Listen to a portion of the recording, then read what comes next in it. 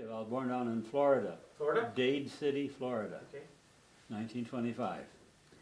And your family was originally from where? Both mom and dad, both from Switzerland, yeah. Mm-hmm. And Dad came over here all by himself first and worked in a vineyard in Gardenier, Ulster County on the Hudson. And within half a year or so, a second brother decided to join him. But my dad had got out of the vineyard and went down, met him in New York, and then went over to California with him, Fresno, and worked in a vineyard in Fresno at that time. Mm-hmm. And after a year or two there, they decided that, figured out if they didn't own property in this country, they would still be working for vineyard 30 years later. They didn't want to get out of that. So they left California, went down to Florida, set up a trick farm, built a house, planted orange trees, and then a few years later, a third brother, freshly married, came over and met him, stayed with him for a year and a half, then moved out because he got a job out at Red Oak, Iowa, to manage a state farm. And my dad and my Uncle Joe must have scratched their heads after he left and said, we should have thought of getting married. So they sold the farm in Florida, went back to Switzerland to pick up wives, took a whole year off, had a double wedding on April 25th, 1922, came back to Dade City, Florida, and bought a 45-acre farm east of Dade City this time, and that's where I was born. And 5 years later, that's when they chose to come up to... Right, the brother, my Uncle Frank out in Red Oak, Iowa, also figured out pretty soon that he didn't want to be working for a state farm in 25, 30 years either, so he looked around for a farm of his own, and through some agricultural magazine, he found a place in Fulton that he liked. He went to 3 or 4, but he liked that one, and after he got settled in there, they wrote to the people down in Florida. They said, hey, we've got 100 acres up here and a huge house. You guys got plenty of room. Come on up with us. And so they all moved up from Florida. That was 1926. I was just 9 months old. You did your formal education in the Fulton, New York area? Fulton City Schools. For the 7th and 8th grade, it was Catholic school, but the rest was all public school. And each school in turn is closed. All the neighborhood schools are now closed, including the high school. Yeah. And you graduated from Fulton? Fulton High School class of 42. And we had 2 priests, 1 Trappist monk, and a Mercy nun come out of that class. Oh, no kidding. Yeah. And then what happened during that interim? You were drafted 19... Yeah, a buddy from mine in high school, I took some PG courses so I could qualify to go to college, because I had not been in a college entrance program. And the 2 of us went out to Purdue, and then we both got drafted from there after 2 semesters. Tell me about in 1943 when you get an envelope that says greetings. What's your reaction? Well, we sort of expected it was coming because so many of them were being mailed already. Mm-hmm. And shortly after, I turned 18 in the summer, and in October I was gone. Before you left for the military, how much did your faith play a role in your life? Well, our family were practical believers, went to church every Sunday, quite often went to extra services during October or during Lent, and we were all quite practical in praying. Mom and Dad had a strong faith, and they simply lived it, so we followed along. At one point, both of my sisters became nuns, Dominican nuns from Sparkhill, and my brother and I were both in the seminary at the same time. He had planned on it for years. He wanted it, but I hadn't even thought of it until I came out of the Army. So when you got your draft notice and you tell Mom and Dad that you've got this notice, what advice did they give to you? Well, the kind of thing they used to say about don't be afraid of dirt on your hands as long as it's honest. Mm-hmm. But just be good. They all said that when we went off to school or whatever. We were brought down to Camp Upton as a entrance place, then they sent us down to different places. My buddy and I got separated right away. We were hoping to get on the Army Specialized Training Program, ASTP, looked like the best offer, because we were already on sort of a college roll, and So that's where we both got an ASTP, but as soon as they got us in there by basic training, halfway through basic training, they threw us all into the infantry.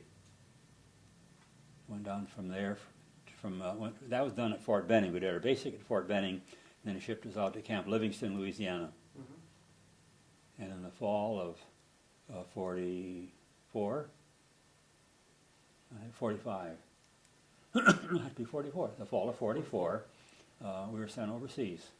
Quick stop over at Fort Meade and ships out of New Jersey. And, I think there were about 5,000. We went over in the Queen Mary and had to take turns sleeping,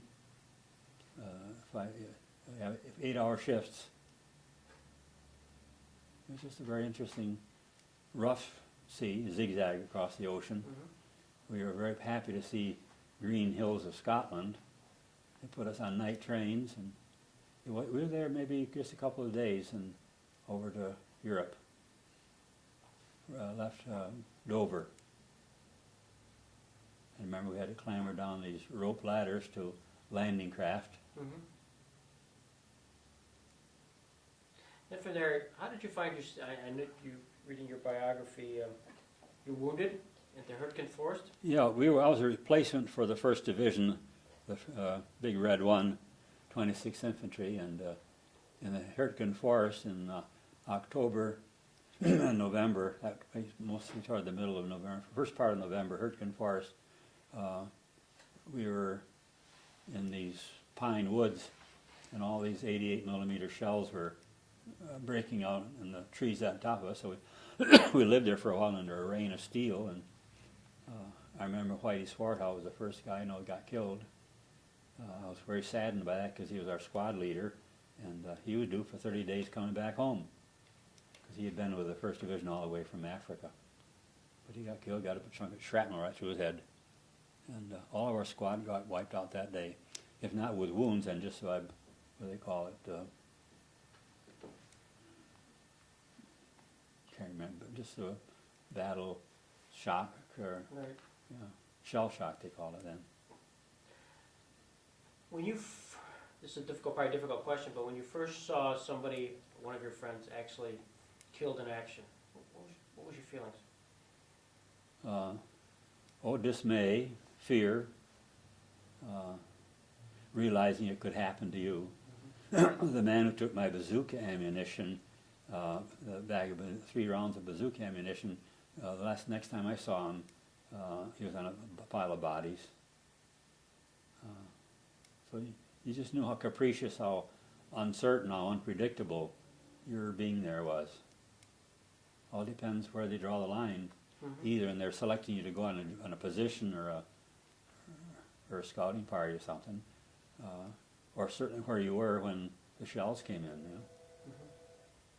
So you're wounded in the Hurtgen Forest, and then from there you're taken to where the hospital. Yeah, we were just they had all the ambulances with just the cat eyes driving through Belgium down into France, and then they loaded us on the Cherbourg, took us back over to England. Spent 3 months. Blandford was the military hospital there. And you returned back? Returned back in February. I missed the Battle of the Bulge because I was in the hospital during that time. But then went back to, I swear it was exactly the same place where we left, where I was involved in war at a time 3 months before. And then we went to the Hartz Mountains. The next campaign we were in was in the Hartz Mountains. And that's where we learned that President Roosevelt had died. And had some narrow escapes there too. We lost quite a few on one attack, sort of a castle position that was there. And when we finished with that, they switched us over to the 3rd Army under General Patton. We had been under Omar Bradley, and to the 3rd Army, and made a big chase across Europe into Thuringia, and finally ended up in Czechoslovakia. And then the war was over in May. So you finally end up when the war's over in Czechoslovakia, then your troop is assigned now to Nuremberg. Right, we were moved back from Czechoslovakia to Ansbach, which is south of Nuremberg, between Munich and Nuremberg, in a regular old army barracks. And it wasn't there very long when the battalion commander said, "You've got to go up to Nuremberg," and we had to police the SS prisoners and clearing debris out of the streets so the streets would become passable again. And at one point along there sometime in the July, I think it was of '45, he said, "They've got a big thing coming here, a big program coming in Nuremberg, and the chief prosecutor is going to need some protection.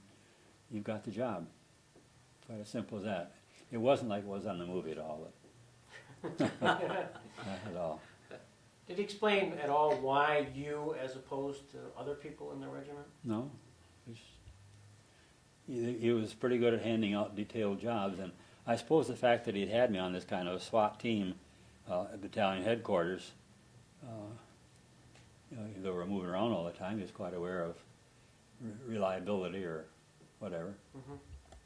Quite a bit later, I was vindicated by Jackson, because once when we went hunting, I don't know what it was, a Saturday afternoon or something like that, and quite a party of half a dozen of us, including Jackson, and I was the only one that got a deer.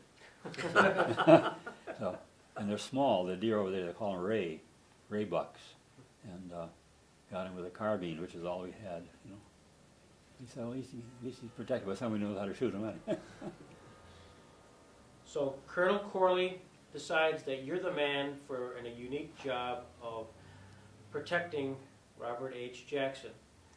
What was your first meeting like with him? I can't say as I remember. Very cordial. The courtroom, of course, wasn't set up at all at that time. I remember Lieutenant Kiley had an engineering background, and was the one who got set up to make the arrangements to move the courtroom around and modernize it, make it more efficient. But I remember being there with him from then on. But I was just a fly on the wall. I was just there being around with him. What was when Colonel Corley says this is your responsibility? What did he describe your job description? Today you would say 24/7, and don't let anything happen to him.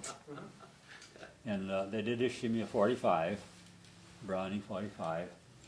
I wasn't very happy with that, and after a while, once the trials got underway, they said they didn't want me in the courtroom with First Division identification on it all as a military. So they gave me just a plain uniform with just a couple of U.S. buttons on the collars, and gave me a snub nose 38 and a blackjack. While at Nuremberg, where did you live?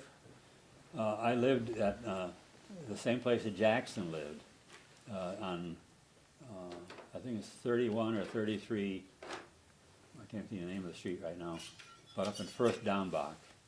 Lindenstrasse? Lindenstrasse, thank you, yeah. And how was the setup? How was the house set up? You and who else was there as part of the residence? Well, there was a guard post out in front, right on the road, and there's probably about a 30 yard probably distance from the guardhouse sentry post to the house.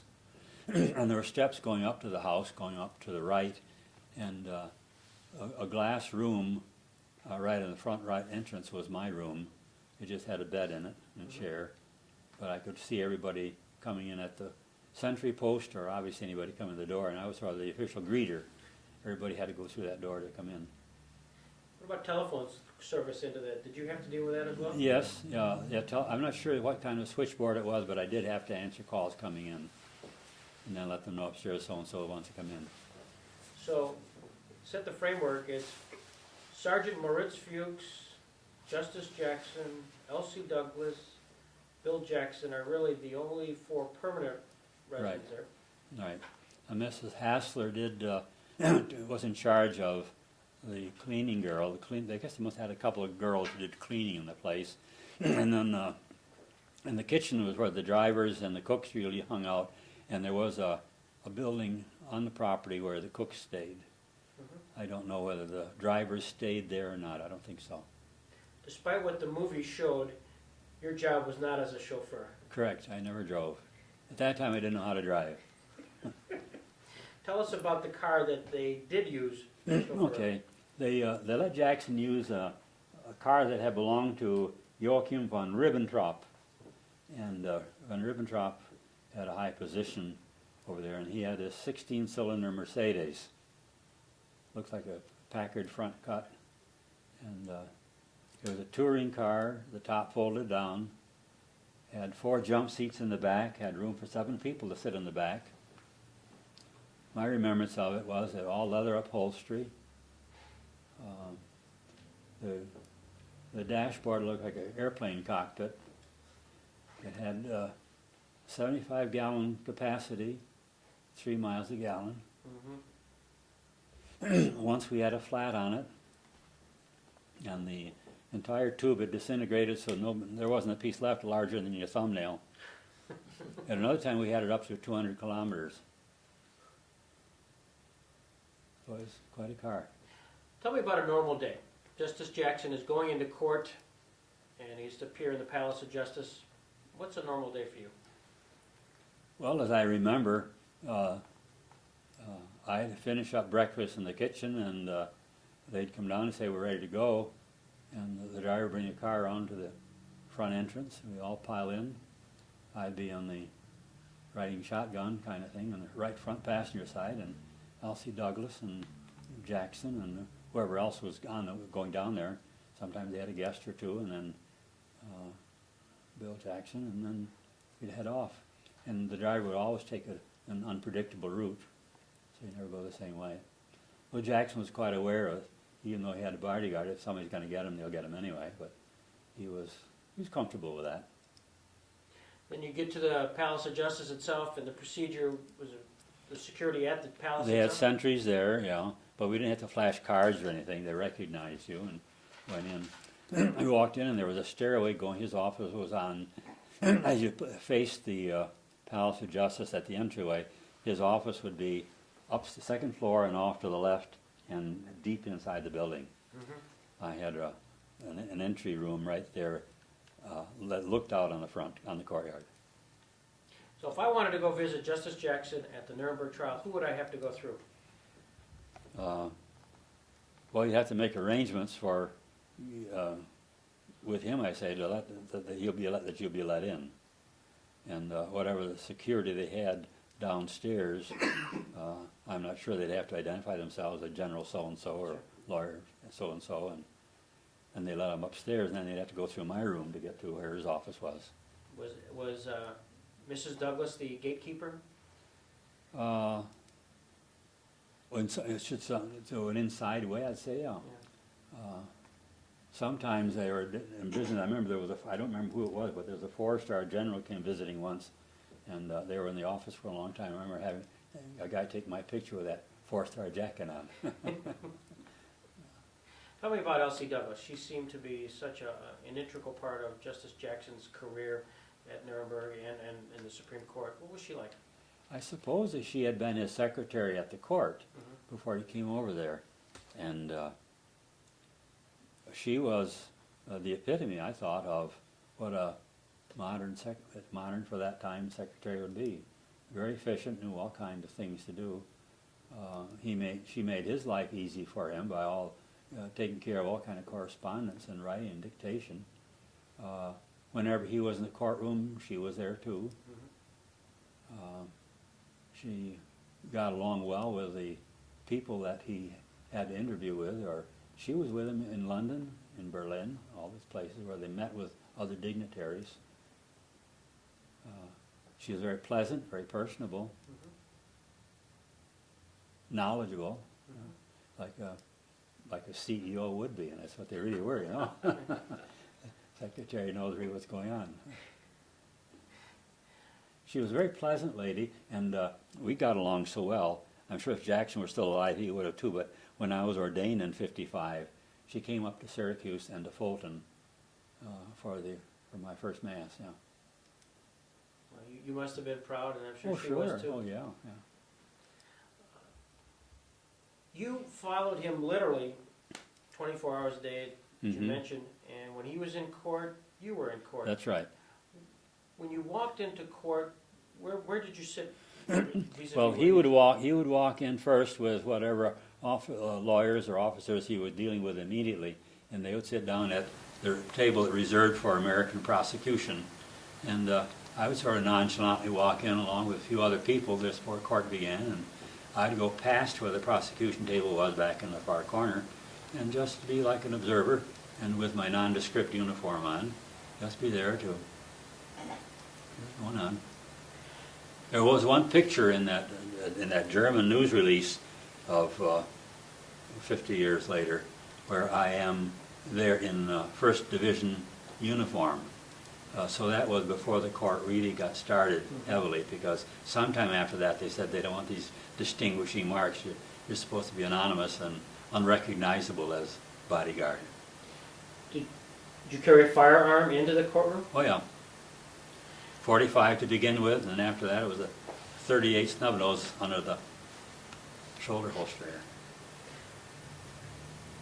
While in court, or really anyways, what were you looking for? I mean, what was your modus operandi there? Just to put, I was to put a stop to any kind of disruption, or anything that looked like a danger to him.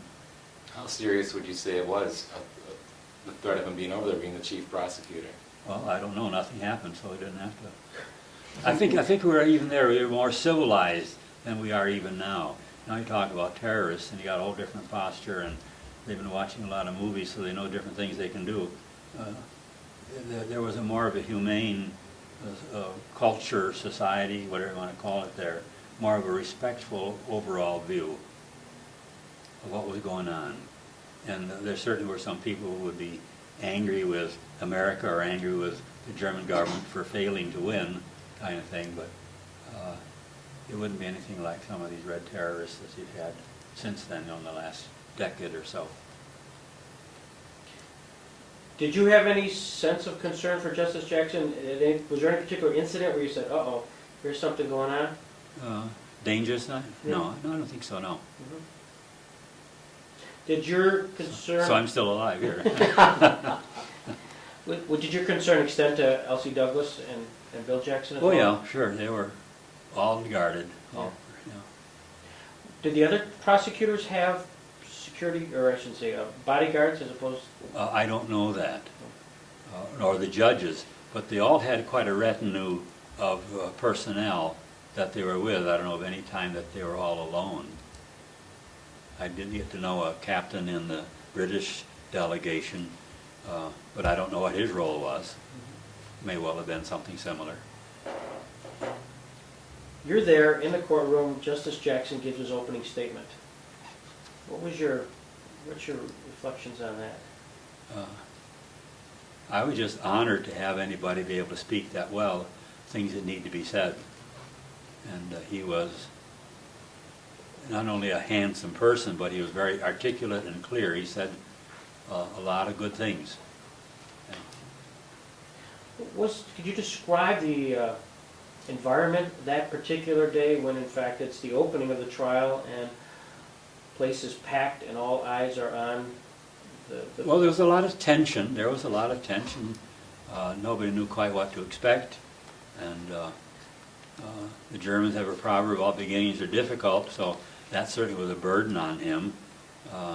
But he exuded confidence, and he knew that he was doing the right thing, and he knew he was on the right side. And he was very able to line up the series of accusations that were forthcoming. When you drove back that night, did he talk at all about his feelings, reaction? You're talking to somebody 57 years later, you know. I don't know. He certainly generally was pleased with the way things were going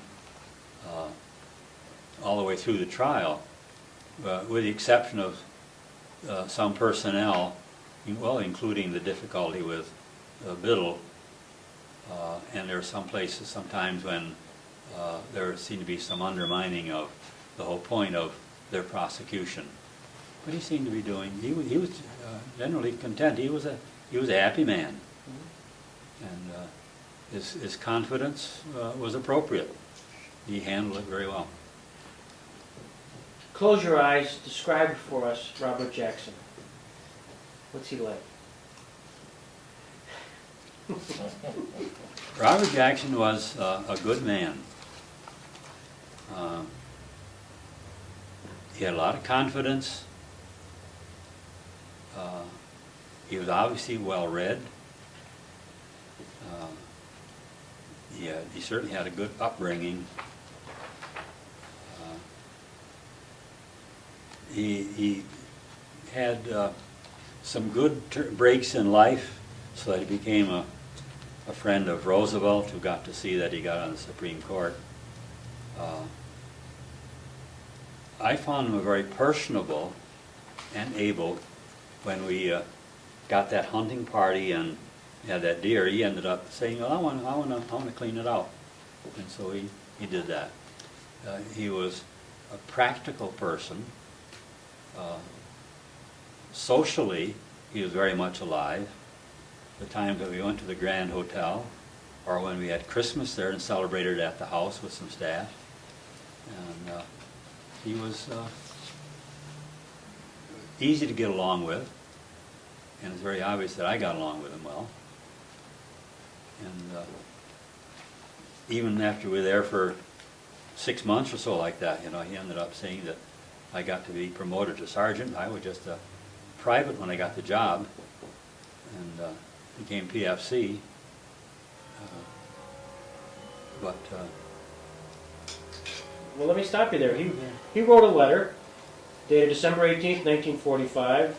"My dear Mrs. Fuchs, I want to write you to tell you how much we think of your son Moritz and how glad we are that he has again been promoted to Staff Sergeant. Since he was detailed to be with me, Moritz has lived in the house with us and has been a pretty constant companion. We have all come to have the highest regard for his character, and you must be very proud of a keen, clean son. He greatly regrets, of course, that he cannot be with you at Christmas time and looks forward to his return. With best wishes, sincerely yours, Robert H. Jackson."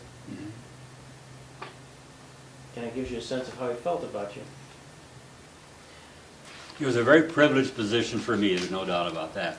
And I was very well impressed, and I suppose not only my vocation, but my esteem for our country grew by knowing him, because all the things that we learned in school about what our great country we had was sort of embodied in him. He was a good representation of what our American leadership should be. He filled that role very well, I thought. In new territory, you know, in a trial circumstance that nobody had ever envisioned, that he certainly had not. But he rose to the occasion. Did he and you feel there was a sense, this was a sense of history? Clearly. He was quite aware of that. And did he feel like the trial was designed to not only establish some international law precedent, but also to document for all time the atrocities of war? And there are, I think, 41 or 42 volumes of documents that prove that, you know, to show that those are just the ones that sifted through and got in the record. I'm sure there are a lot more documents and records besides that. There were a couple of controversial opportunities there at Nuremberg. One of them was, you mentioned, Biddle. What did he say about that? Do you recall? Well, he was just upset at being upstaged or sabotaged in different ways. The unwillingness to take the thing seriously, so that Biddle decided he was afraid to fly, so he was going to take a ship over, and that would take that much longer instead of being there when he was supposed to be. And then he wanted to bring his wife over, and they'd made an arrangement that they weren't allowing women over, because it was right after the war, and the servicemen didn't have their wives either. So, but Biddle fought him on all those picky things, you know. And there was another hassle. I'm not sure how it went in with OSS Bill Donovan, but I'm not sure what the details in that were. The roles that different government agencies would have. Were you in the courtroom during the period of, I think the answer is yes, you were in the courtroom during the period of the cross-examination of Hermann Goering, which was another one of those marquee moments of the trial, one of which commentators have differing views as to how well Justice Jackson did in that cross-examination. What was your sense observing this, and maybe what Jackson's reaction was as he was living it? Yeah. The impression I have from that is that Biddle, as an American on the tribunal, should have seen what Goering was doing, and Biddle apparently prompted the chief judge to, well, in effect, give Jackson a hard time on it. Wasn't meant to be that directly, but it might have been in the background, because the rules that they had for statements by witnesses were in charge of the judges. And they said, well, he wants to say something, let him say it, you know. And then they let him ramble on, which sort of undermined what Jackson was trying to do. Even at a time that they were trying to work on policy of how much fairness they were going to offer these guys. And in fact, they offered them all the fairness that any one of the countries could have offered them in their court procedures. And in a way, this was more than bending backwards by giving someone, and maybe it was an acknowledgement of his former role as vice chancellor or whatever it was in the Nazi government, you know, to hear him out. But he was there making a lot of statements that were for anyone else would not have been allowed. And that upset Jackson, yeah. Hermann Goering, describe him. You're there, you're in front row in history. A glamour, playboy kind of guy. He obviously was quite aware of his flamboyant manner, and again, he had been unseated now, and all of his great days of gathering loot from all over Europe and stuff like that, Reichsmarshal, I guess they called him, and was over. So he was subdued in a way, but he didn't like to be that. He regretted being chained, or whatever you want to say, captured and caged, which is understandable for any of them, of course. Julius Streicher. Was a pig. Yeah, and he was not ashamed of that. His appearance as well as his words betrayed a very earthy, worldly, sensual. You want to know what a man is like? Bring a woman in here, I'll show you. That'd be his kind of observation, you know. Ribbentrop. Stuffy, quiet. I rather agree with, since I read Persico's book and his observation that he was not too smart. They wondered how he ever got a high position in the government. But pretty much sort of a rubber stamp kind of guy. If the Fuhrer wants this, we'll do it, kind of thing. Yes, man. But I shouldn't say anything bad about him. We had his car. What about Keitel? Very dignified. I think he was a Prussian, but I'm not sure. He's certainly just a military man. Follow the book.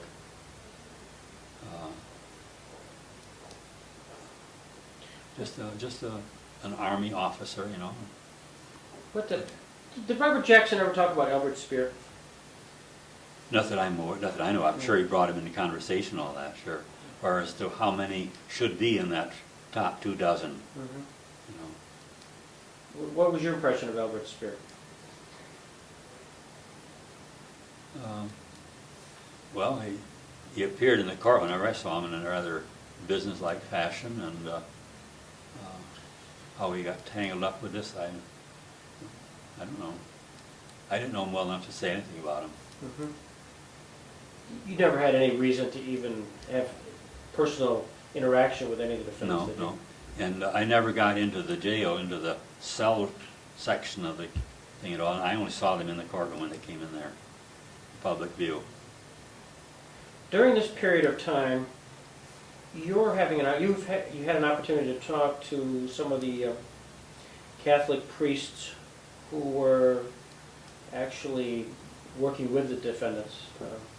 How did that come about? Well, Lavelle, can't think of his name now. He was an army chaplain, and how he got assigned to Nuremberg, I don't know. But I got to talk to him a few times. In fact, just talking with him and Edmund Walsh. Edmund Walsh was a Jesuit, and Lavelle was a Franciscan. And I was just interested. That's around that time I started thinking for the first time of priesthood and seminary, and I had never even served Mass before, so talking with them as chaplains was interesting. But I don't know. I have known nothing about their relationship with the prisoners. At what point did you come to perhaps a change in your own philosophy of life and your own education? You were just set out to be an engineering student, and you went to Purdue, and here you ended up leaving with a whole different perspective. Explain that metamorphosis. Well, I'd seen enough violence and people getting hurt or killed. I remember a young German soldier at Düren when we crossed the Rohr River in a red stone Catholic church that was bombed out, and there was a teen soldier was dead there. He was kneeling in the vestibule, and his shoulder was all bandaged, and his eyes were empty, and he just frozen solid. I remember seeing an old man with phosphor wounds in his face, and seeing some other people who were dead. I remember once being on a detail with some SS prisoners, taking some of our own bodies out of light tanks where they had been hit and burned and killed. And buildings destroyed. It gradually came on me, that nothing is safe and nothing is going to last until we got to see the value of our own life. And then when we met up with the Russians, they just rather crude and coarse, and you just realized that the conflict of East and West was sort of right and wrong. And so we decided, well, put it on whatever years I have left, I'll put on the side of right. And I had a very general but very practical Christian background, and I said, well, this is all free time for me. I might well have been on that pile of bodies along with the rest of them. And so I decided to put all whatever I had left. And I never thought it would be this long, but I would put it at the service of God and the service of the church. While you're going through this thought processes, did you have any conversation with Justice Jackson concerning what was going on in your personal life? I'm sure toward the end, he knew that I had intended, and then at what point of time I shared with him or talked with him about it. I'm sure I brought it up a couple of times during that summer of '46. And he was hardly in agreement. He said, you'd be a good one. Did you get a sense that Justice Jackson was doing something similar just in the international law field? Yes. In fact, I don't know anything about law, but I heard them talk about some questions about the Nuremberg trial as being applying ex post facto law and stuff like that. And it seemed to me, and he was quite clear on it himself, he would say it a lot better than I ever could, that they were expressing the general human concerns and natural law, whatever you want to call it, the kind of outrage that people would feel when something terrible is done. You don't have to be able to point to a law in a book to say that's wrong. In your gut it's wrong. So he was very clear on that. I think it was one of his driving forces. He could see that. And there's such abundant evidence of evil in the things that they did that it was easy to put it in the focus, which he did very well. You saw some of that evil, not only manifesting in the individuals who perpetrated it, but also in some of the evidence presented at trial, including the film that was put together on the concentration camps. What was your reaction watching that for the first time, and perhaps seeing maybe for the first time, some of the horrors of the Holocaust. Well, we weren't surprised. We knew what had happened at the Battle of the Bulge. And most of us who had uniforms on had seen a lot of devastation of property and personnel. It was just organized in a sort of a way on helpless people, and as a matter of policy. And when I was in Canastota, the Baptist minister said that in his hometown, the Nazi doctors had taken this man and actually had spliced his hands together, had grafted the skin together so he couldn't take his hands apart, for whatever reason. But the atrocities of medical experiments are part of that, you know. So I can't say that I was surprised, but we were all shocked by the kind of things that were done. When they showed that movie specifically, what was the courtroom scene like? You get the impression that there were some folks that just couldn't handle that. A great tension, wonderment, and subdued silence after. Like they did, if I remember right, they dismissed court very soon after that. But I can remember their displays of a shrunken head and lampshades made out of human skin because they had beautiful tattoos on them, things like that.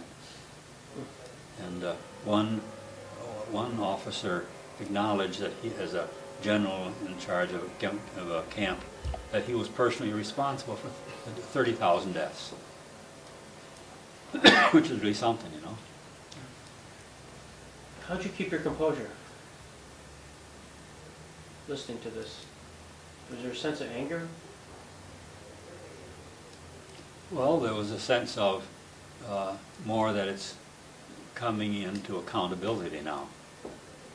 However wrong it was, it was, and it's now over. The idea of individual accountability for these actions? Yeah, and corporate responsibility as far as they were the leadership. As you reflect back today, what is the legacy of Nuremberg?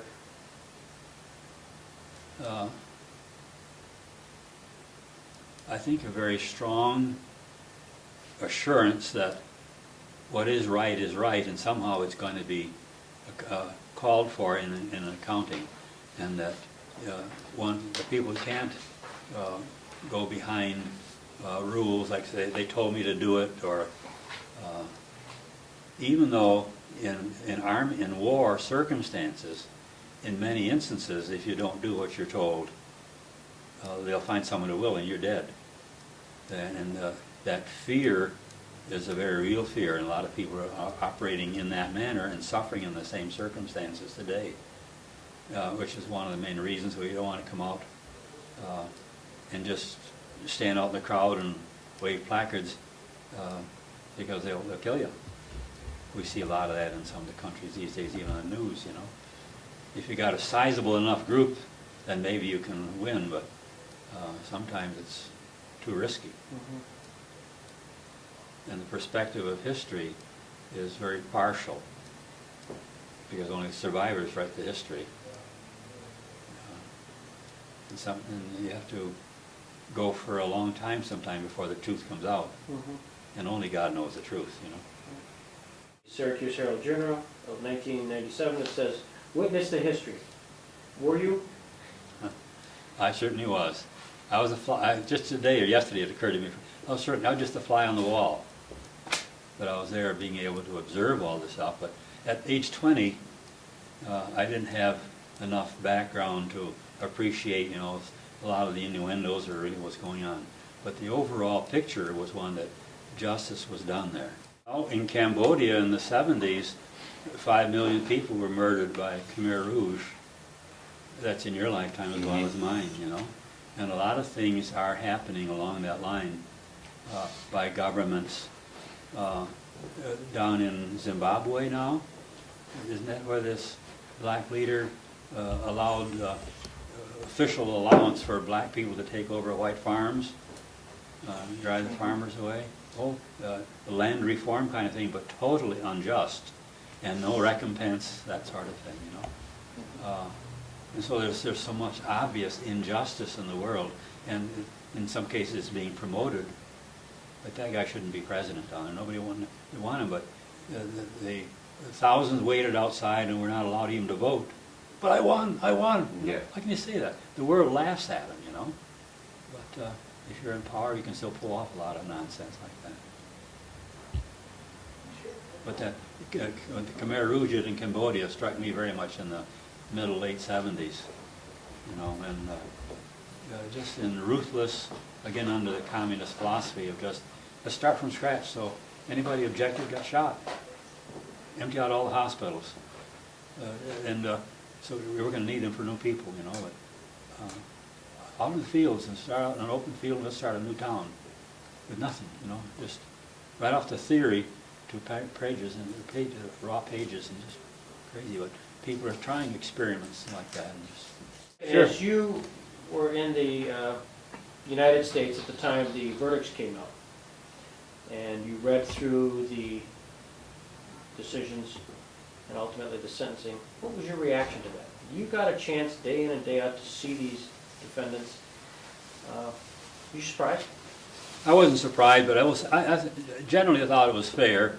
There was a proportion of a variety of solutions, and to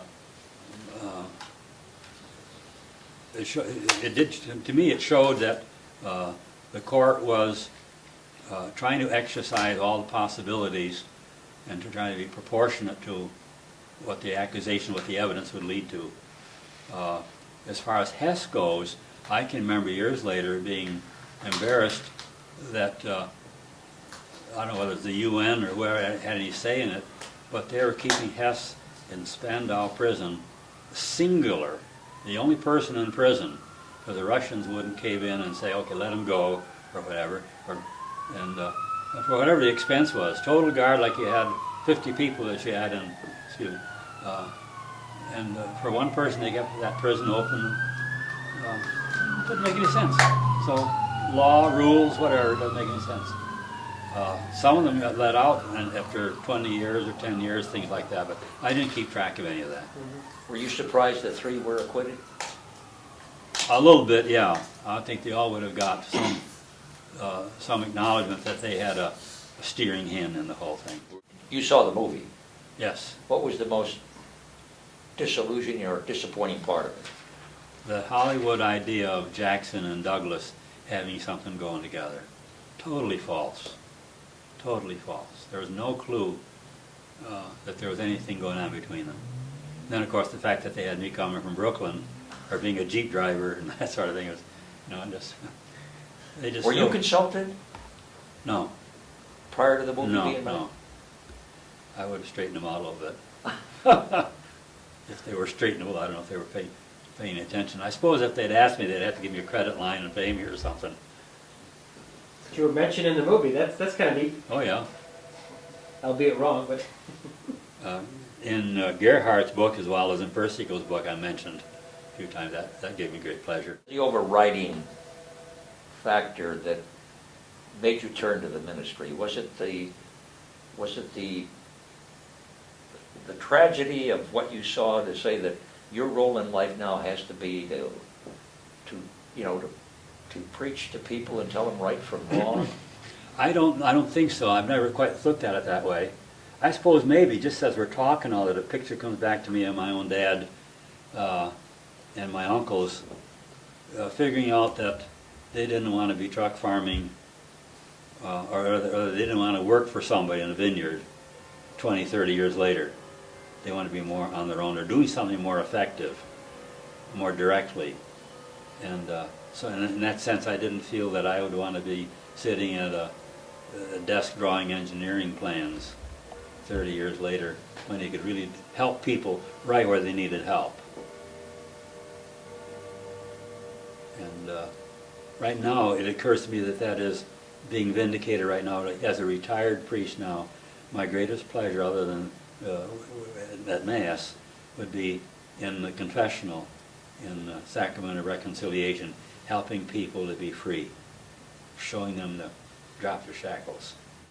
Have you visited the Vatican? Yes. One of the trips, I was there in the Vatican when Cardinal Spellman became cardinal. And I was impressed by that. Were you in an audience with the Pope? No, I just saw him when he was there in the big St. Peter's. From your experience, do you use it in your lectures? No, not any special focus on it, no. No, this is the most publicity that I've had since 1946. Yeah. Says, I regard Jackson as one of the greatest of our American lawyers. Like Abraham Lincoln, he never went to college, but he left an indelible mark in the law, which I admire greatly. And he wishes every good wish to Gene Gerhart. Do you believe the same way that Gene Gerhart does? I do. I hardly concur with that, yeah. Yeah. He, our country could not have done better than to have him there. There was an openness about him and a perspective that I'm sure that people like Biddle were just narrow. He had an openness and he was flexible enough to move when circumstances came around and new problems came up. He wasn't easily ruffled. But he had, he's my hero too.